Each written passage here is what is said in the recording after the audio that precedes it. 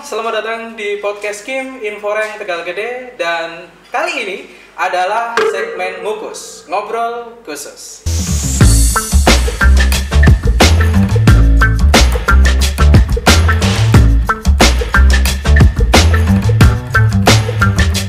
Saat ini kita ketemu bareng lagi. Dan di segmen ini tentulah aku nggak sendiri karena spesial episode. Aku ditemani oleh orang yang sangat luar biasa, yaitu Pak Tri Erwandi. Selamat datang Pak Tri. Salam sehat selalu. Oh, luar biasa. Semangat gitu ya Pak. Semangat, tadi disebutkan luar biasa. Luar biasa. Biasanya saya biasa di luar. Waduh, biasa di luar. Ini jokesnya luar biasa nih Pak Erwandi. Inilah bagi yang belum kenal. Nah, ini kenalan dulu. Beliau ini adalah Kepala Badan Pusat Statistik atau BPS Kabupaten Jember. Ini luar biasa. Lah, ini kalau ngobrol sedikit ini Pak Tri. Ya. Aslinya dari mana Pak Tri? Ya, saya aslinya sebetulnya tetangga dari Jember ya. Oh, tetangga jauh. itu Tetangga mana? Jember, Bondowoso. Oh, Bondowoso, Bende Besah gitu kan. Bende Besah. Oh iya, ini nggak bener ini. Domisilinya saya di Situbondo. Nah, ini belok sedikit lagi. Belok sedikit lagi. Domisili di Situbondo. Oke. Mertua di Surabaya. Waduh, Surabaya, Situbondo, Bondowoso, Jember. Wah, ini traveling ini kayaknya, sukanya traveling ini Pak Tri. Nah, apa? Ya, sama dengan yang saya pegang ini. Jadi iya, ini kan juga kalau saya kehabisan uang ini yang jalan. Waduh.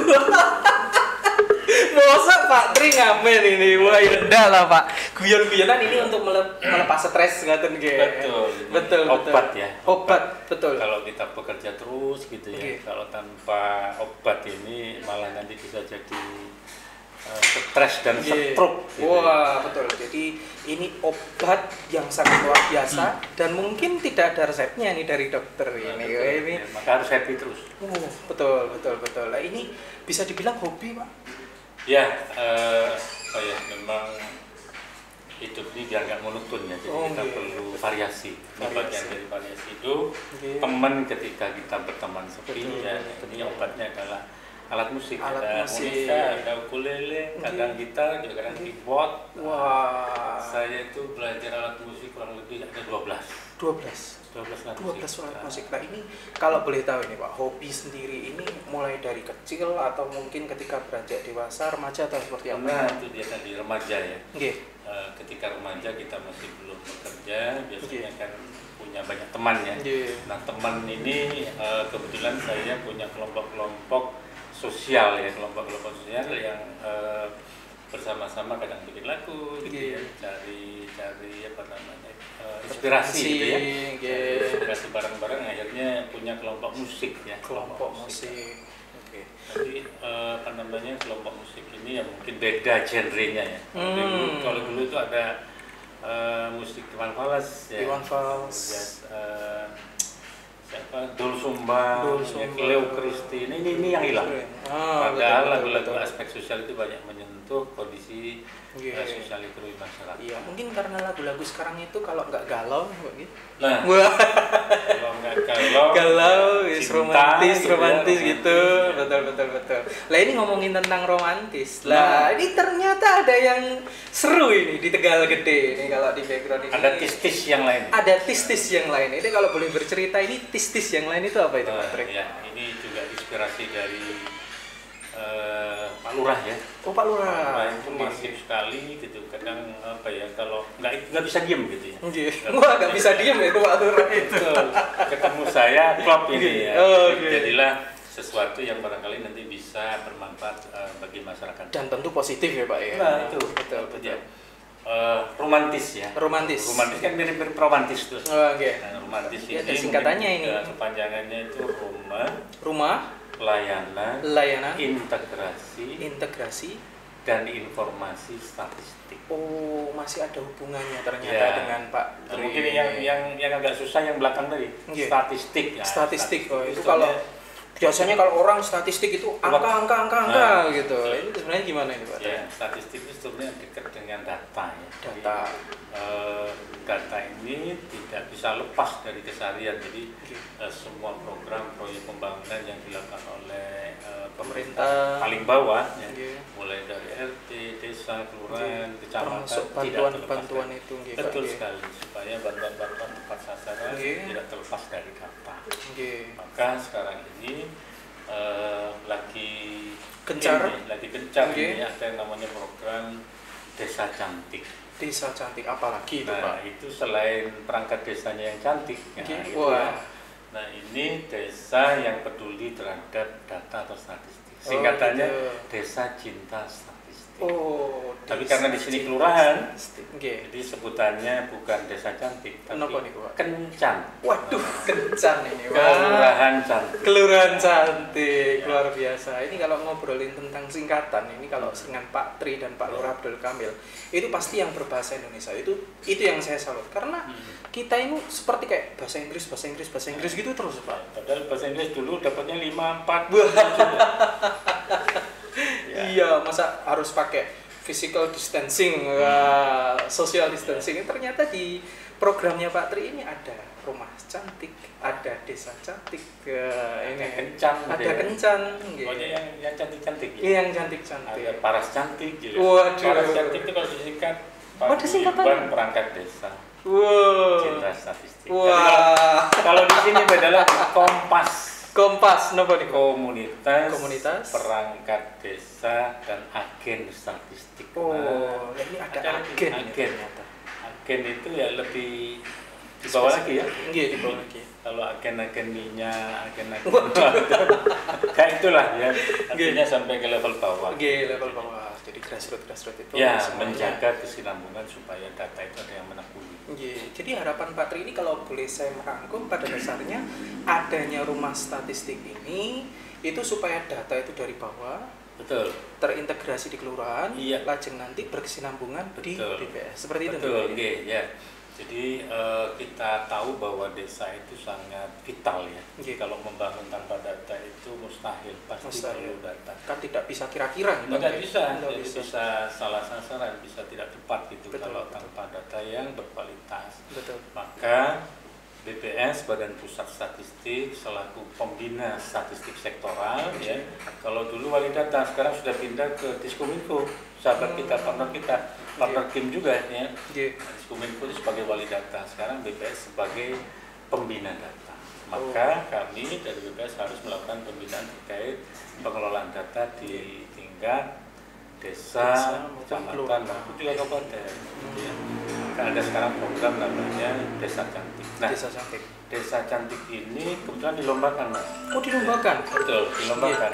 Jadi levelnya ini kan juga ada level nasional dan Jaktim. Nah, kebetulan Tegal Gede ini berangkat masuk nominasi dalam skala nasional. Kalau keseluruhan Indonesia itu ada 230, ya. Untuk di Jatim ada 15. Ya. Salah satunya di Tegal Gede. Nah, ini yang perlu kita upayakan bersama supaya Kelurahan Tegal Gede ini bisa maju, ya, bisa bersaing, dan dengan berbagai program yang diluncurkan oleh Pak Lurah ya, dengan perangkat desa di sini. Ini yang perlu kita kawal bersama dengan kabupaten juga, dengan kecamatan.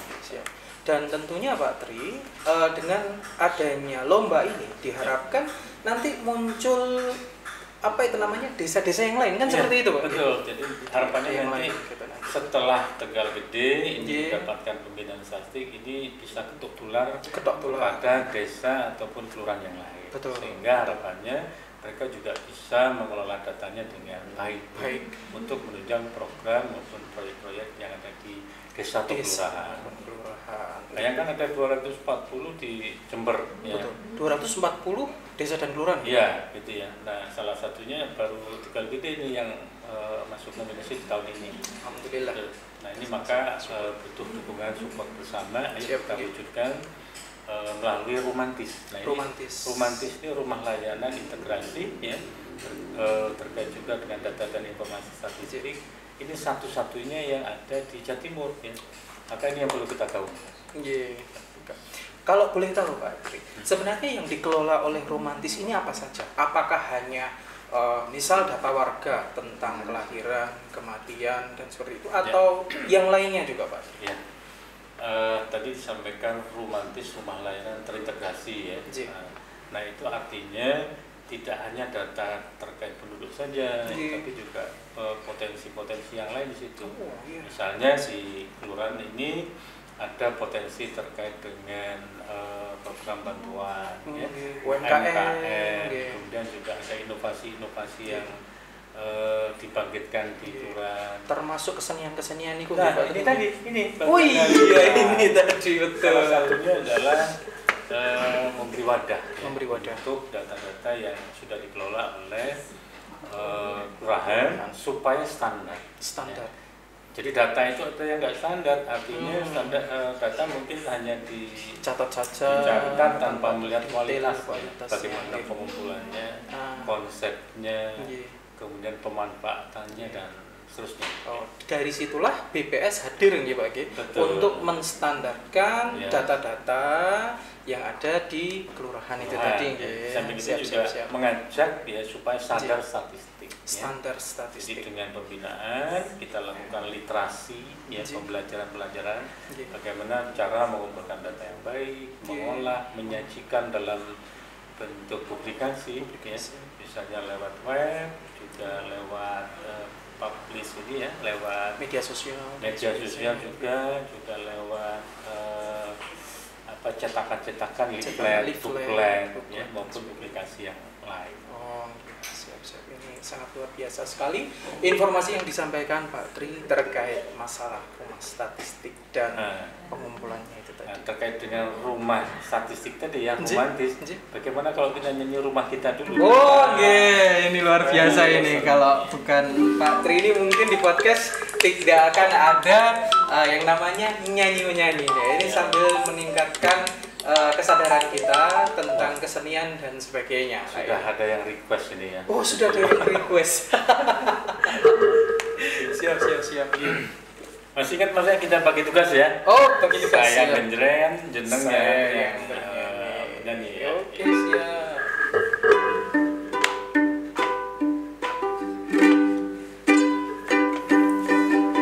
Hanya milik bambu tempat tinggal kita, tanpa hiasan, tanpa lukisan, beratap jerami beralaskan tanah. Namun semua ini punya kita.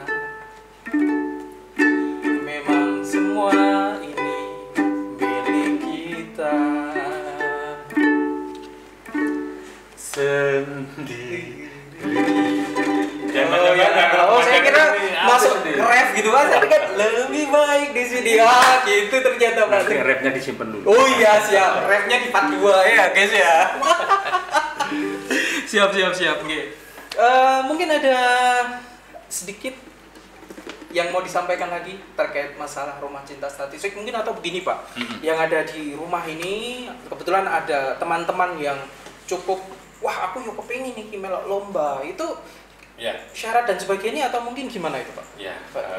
Jadi ini kan program ini secara nasional ya. Jadi se-Indonesia ini dilombakan, berarti artinya mempunyai kesempatan bagi setiap desa atau kelurahan semuanya dalam pengelolaan datanya di tingkat desa maupun kelurahan. Jadi berangkat dari situ dengan pembinaan dari BPS dan juga dukungan dari Pemkab ya, melalui Diskominfo dan dari Dinas Pemberdayaan Masyarakat, desa, juga Dinas Sosial. Ini yang keterkaitan dengan data dan muatan di tahun ini adalah Reksosek. Reksosek itu terkait data registrasi sosial ekonomi masyarakat. Nah ini data terbaru terkait dengan pemanfaatan untuk program-program bantuan untuk depannya. Jadi dengan data Reksosek ini kita sudah punya data yang paling update. Nah ini proses datanya sementara sudah diserahkan dari BPS ke Bappenas. Jadi setiap kabupaten kota nanti akan bersurat kepada Bappenas untuk mendapatkan data Reksosek atau terkait dengan data sosial ekonomi masyarakat. Nah ini yang perlu kita siapkan dan juga membantu pemerintah di tingkat desa dan kelurahan supaya programnya nanti tepat sasaran. Tepat sasaran. Karena konsep kemiskinan itu antara masyarakat, pemerintah itu berbeda. Berbeda, Pak? Iya, karena kan bisa saja masyarakat itu inginnya apa? Memberikan kebutuhan, ya? Iya, terkait aspek atau penafsiran miskinnya itu dia hanya satu aspek saja. Oh, gitu. Misalnya kalau tidak punya pendapatan, kita atau kurang, dia sudah menganggap dirinya miskin. Oh. Padahal belum tentu ada variabel atau penentu-penentu. Biasanya ciri-ciri orang miskin itu aksesnya nggak punya, ya. Variabel-variabel lain misalnya bagaimana dengan air bersih, kondisi fisik di rumahnya, gitu ya, kondisi dinding, lantai, atap. Ya. Oh, dengan begitu jadinya semuanya standar ya Pak. Ya. Tidak seperti ini misal, waduh aku rantai HP terus aku ngomong aku miskin gitu ya Pak. Padahal rumahnya masih bagus. Masih ada yang lebih parah dari itu. Betul. Yang dikatakan miskin itu ciri-ciri miskin itu harus terpenuhi. Ini yang belum sampai kepada masyarakat. Tidak cukup hanya menganggap aspek ekonomi saja. Siap. Di aspeknya banyak. Boleh saya bilang seperti ini Pak, nanti ketika ada rumah cantik ini tadi dari BPS menyampaikan pedoman-pedoman standar dan sebagainya itu kepada teman-teman yang ada di desa dan kelurahan. Jadi nanti kalau penyampaian informasi itu kepada grassroots itu tidak perlu BPS lagi. Tetapi teman-teman yang dari statistik kan gitu nih Pak? Betul, ya. Jadi BPS, kemudian kita kan juga punya mitra, punya partner, punya agen seperti yang ada di desa atau kelurahan. Nah, jadi agen-agen statistik ini yang membangun jembatan gitu ya. Jadi mereka adalah wakil-wakil untuk menjelaskan kepada masyarakat banyak, masyarakat luas. Nah, jadi ini butuh butuh kebersamaan, butuh kepedulian. Ya, butuh partisipasi. Jadi biar tidak salah sasaran ya, karena kalaupun misalnya pas salah sasaran bantuan kemiskinan ke A gitu ya, ini juga kadang sulit narik karena apa? Dianggap rezeki. Oh iya. Ini ya. Atau orang yang meninggal tuh pinginnya juga langsung menjadi pewaris gitu. Jadi kadang kan nggak sama dengan penerima manfaat atau penerima bantuan itu. Ya. Ini yang perlu kita sosialisasikan kepada masyarakat. Melalui desa dan kelurahan cantik ini akan membantu pemerintah khususnya di Kabupaten Jember ya untuk mengatasi masalah-masalah atau pengentasan kemiskinan. Melalui bantuan-bantuan yang tepat sasaran tentunya. Ya. Mungkin itu yang bisa kita sampaikan untuk di episode kali ini. Untuk episode kali ini. Oke, siap. Kita tutup dengan lagu terakhir Noten. Ya. Atau gimana? Kembali lagi ke Kelurahan Cantik. Oh, Kelurahan Cantik. Siap. Yang rumah atau desa, Pak? Desa. Oh, desa. Oke. Siap. Desaku yang ku cinta, pujaan hatiku, tempat ayah dan bunda dan handai tolangku. Tak mudah ku lupakan, tak mudah bercerai. Selalu ku rindukan desa